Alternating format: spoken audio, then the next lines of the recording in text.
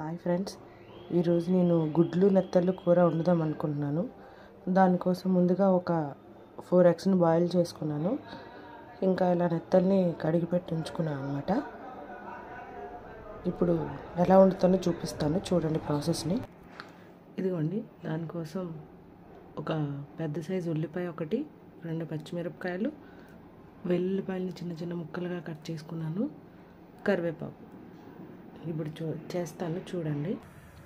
ఇప్పుడు ముందుగా స్టవ్ వెలిగించుకొని ఆయిల్ వేసుకొని, ఆయిల్ బాగా వేడెక్కాక అందులో కొంచెం జీలకర్ర వేసుకోవాలి. ఇప్పుడు ఇందులోకి ముందుగా కట్ చేసి పెట్టుకున్న వెల్లుల్లిపాయలు, పచ్చిమిరపకాయలు, కరివేపాకు, ఉల్లిపాయ వేసుకొని బాగా ఫ్రై అవ్వాలి.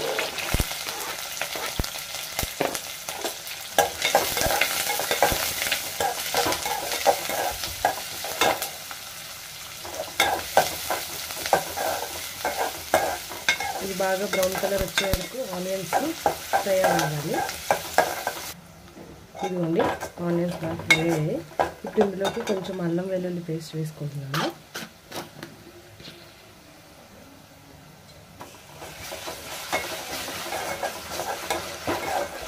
ఇది కూడా బాగా ఫ్రై అవ్వాలి.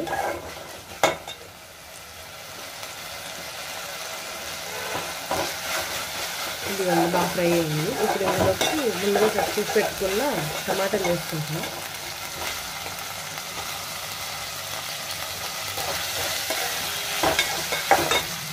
ఇప్పుడు ఇందులోకి నెత్తలు వేసుకుంటున్నాం.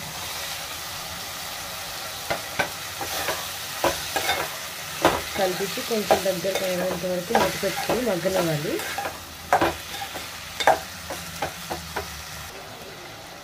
ఇదిగోండి, ఇప్పుడు మగ్గింది. ఇందులోకి ఇప్పుడు కొంచెం తగినంత ఉప్పు, కారం,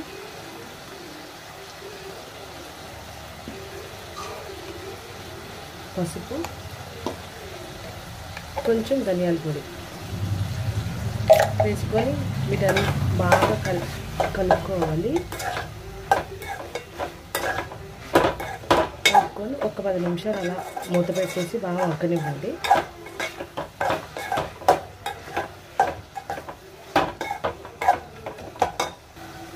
ఇదిగోండి, దగ్గరికి అయింది. ఇప్పుడు ఇందులోకి ఒక 4 ఎగ్స్ని వేసుకుంటున్నాం.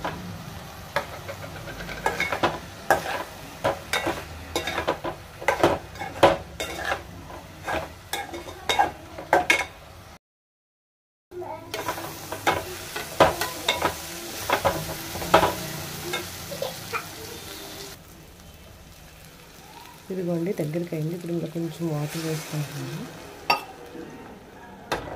ఇంకొంచెం నెత్తలు బాగా ఉడకాలి కదా, సో అందుకోసం అని చెప్పి కొంచెం వాటర్ వేసుకున్నాను.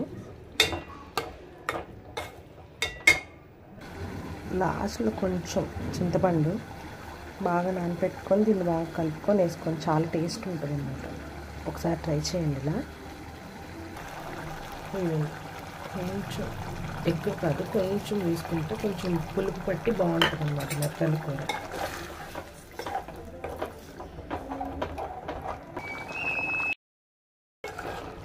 ఇదిగోండి, ఇంకా ఇది అయిపోయినట్టే, ఇంకా ఆపేసుకోవడమే.